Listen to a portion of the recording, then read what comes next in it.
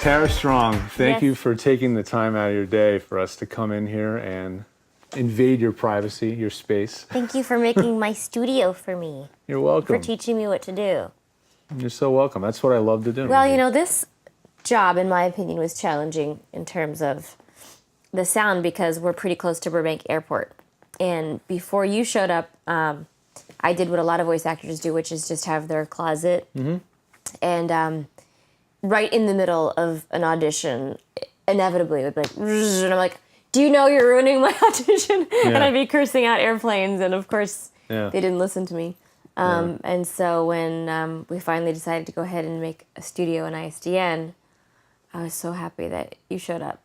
Because without you, we'd still have airplanes in there. Fortuitous timing, right? Wasn't it? Because you were like already in sort of the beginning stages. You were working with a contractor. Right. And it just worked out. It was just great timing. Yes. It was great timing. Lucky for me.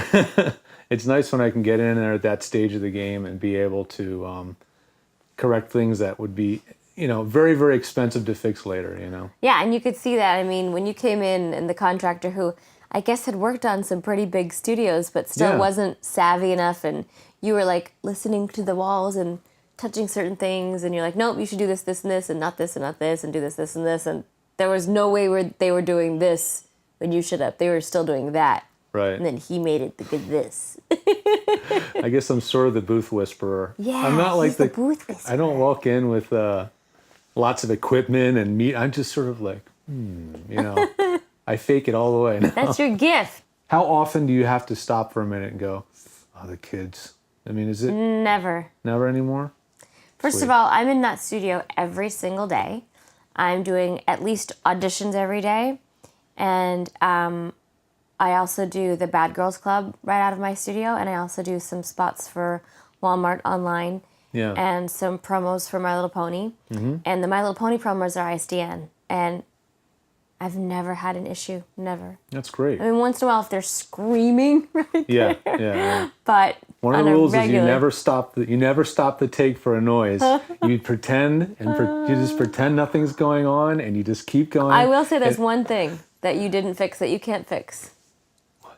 My stomach.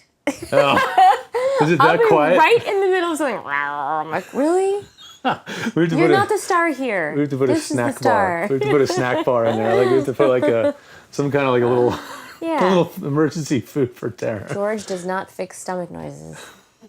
Introducing Nook HD. It's the lightest tablet of its kind with the highest resolution. It has books, magazines, and movies like you've never seen before. And it's the first tablet designed to be shared with the whole family. You just might not want to. Introducing Nook HD, the world's best 7-inch HD media tablet. Find yours at Barnes & Noble. Find yours at Barnes & Noble and Target. See, that's how I roll. So did you win that one? I don't know yet. Just did that last night. This one was last night, and then this morning was, oh my gosh, so many. So see, already today I've got this one to hit tonight. Right. That's the new cartoon audition. Oh, you got to tell us about the art on the wall over here. Is that fan art? This is, yes, there's actually like a My Little Pony Museum of Traveling Art. Really? And I did an event, and this is my character, Twilight Sparkle. Yeah. And I just thought it was so cute. So I bought it at the art show. Yeah. Right on. Yeah. I just thought it was so cute. What would be like one of the most dramatic reads that you would do for an audition? Do you get to ever do anything like really kind of, or maybe twisted? Like I could see me going like, you know, if something's really bad, or like, let's go, let's get out of here. Yeah. Maybe that's the most animated I'll be in here. Yeah, because this is, you know how to play for the mic. You don't have to play for an audience.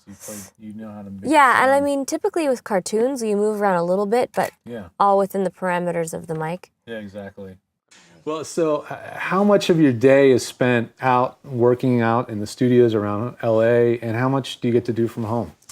Well, I'm not one of the people that do regular, like I've got friends, David Kane, Vanessa Marshall, that are in their studios all day. And that's not my scenario because I do so much animation, which is group recording. Mm-hmm. But I am in that studio every single day, including this morning I was in for an hour laying down some auditions. And sometimes I'll come, I mean, every evening when I come home, there's stuff waiting for me. So time-wise, it's not quite a 50-50 split, but there is probably an hour every day that I'm in there. No kidding. Well, that means it's paying for itself Of course. quickly. No, I mean, Yeah. you know, the beauty for me is I started in animation when I was 13 years old. And there is something to be said for the people that have been working for a tremendous amount of time. Yeah. They're going to get the right take between 1 and 3 if they're real instinctive about it. And waiting around for an audition at which used to be the agent's office. And I always was worried about people outside waiting or listening. Like you felt self-conscious? Yeah, you mean? not so much about my performance, but I didn't want people listening and I didn't want to hold people up. Yeah. And I knew if I was going to deliver something, I wanted it to be perfect. So when I have my own studio, I can make it perfect. Now, I've got friends that like, oh, I need to be directed. And I don't need that for my initial audition. Once you get to the callback stage, that's a different story. But Yeah. for my initial audition, I want to sit there and edit it and make it exactly what I want without having to worry about anybody waiting or giving me wrong direction. There's a very famous scenario in my world about a girl named Cree Summer that did not get a show called Drawn Together. And that's partially because she was directed to do it like a little girl. And I was working on the show already. And I said, Foxy Love is Interesting. Cree Summer. And they're like, no, her audition was. And then they played it for me and it was sort of like her Elmira stuff. And I was like, no. Bring in Cree. Okay. She's Foxy Love. Okay. And so sometimes when, and it's not the fault of the agent, but sometimes there's this different directions. And for me personally, I need my own space to make it exactly what I want. And thanks to you. So you I don't do. you don't have any pressure. Nothing. Nobody is listening in. Nobody's Right. watching you. You are taking advantage of Yeah. having that private space to work. And in. also the nice thing for me is I'm one of those moms that's real hands-on and I really miss them when I'm working or I'm not here. And so the fact that I can get my auditions done and they're just in the next room or like it's early in the morning and they're sleeping and they're right there. Like I love being close to them and being Yeah. close to home. I love Yeah. that. Was there ever a period of time where you were really glad to get out of the house, like when they were a little bit smaller? No, maybe?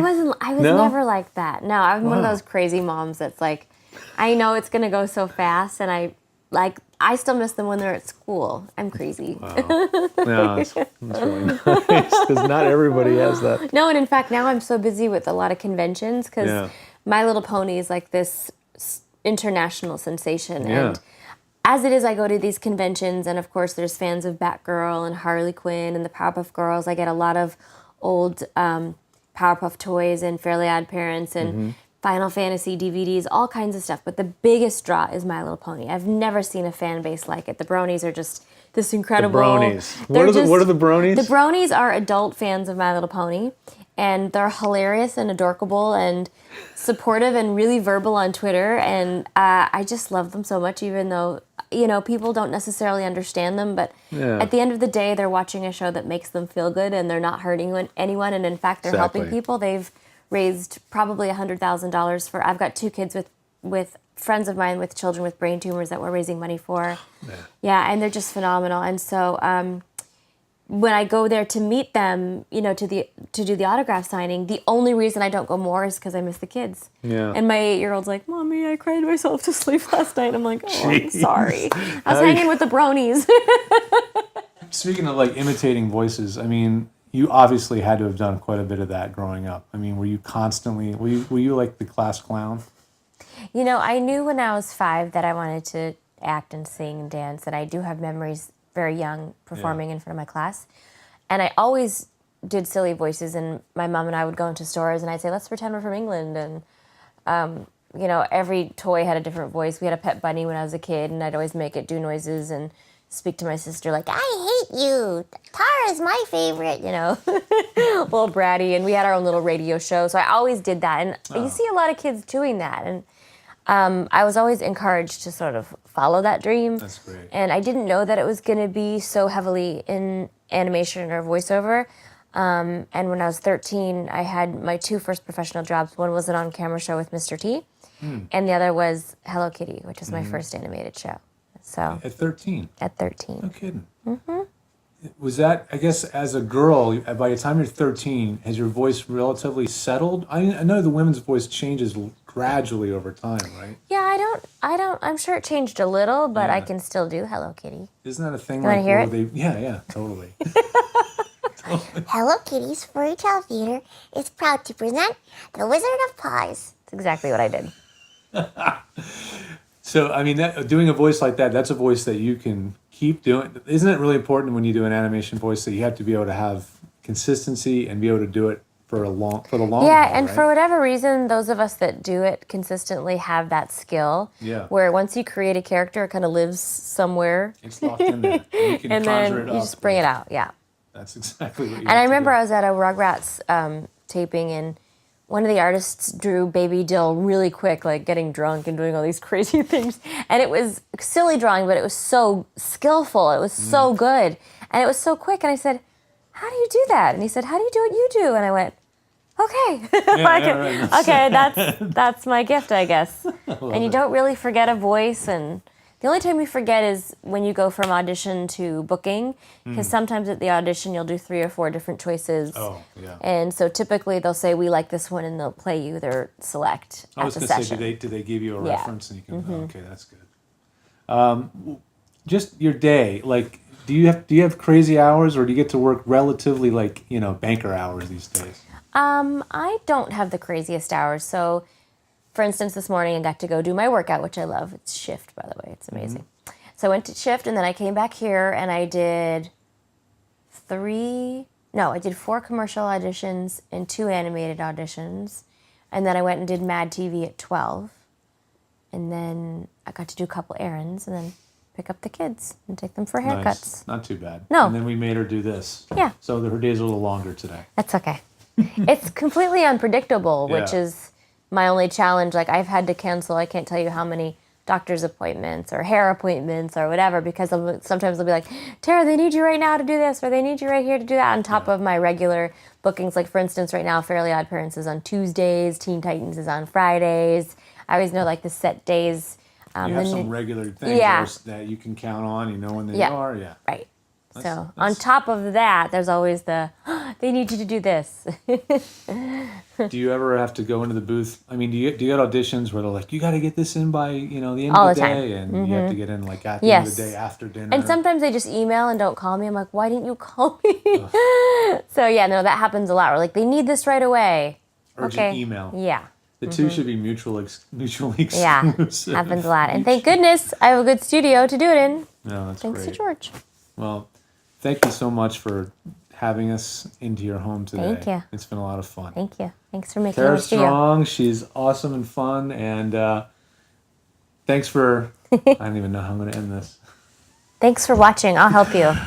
Thanks for watching. And if you need a home studio, call this guy, because he knows what he's doing. If he can work with me, he can work with anyone.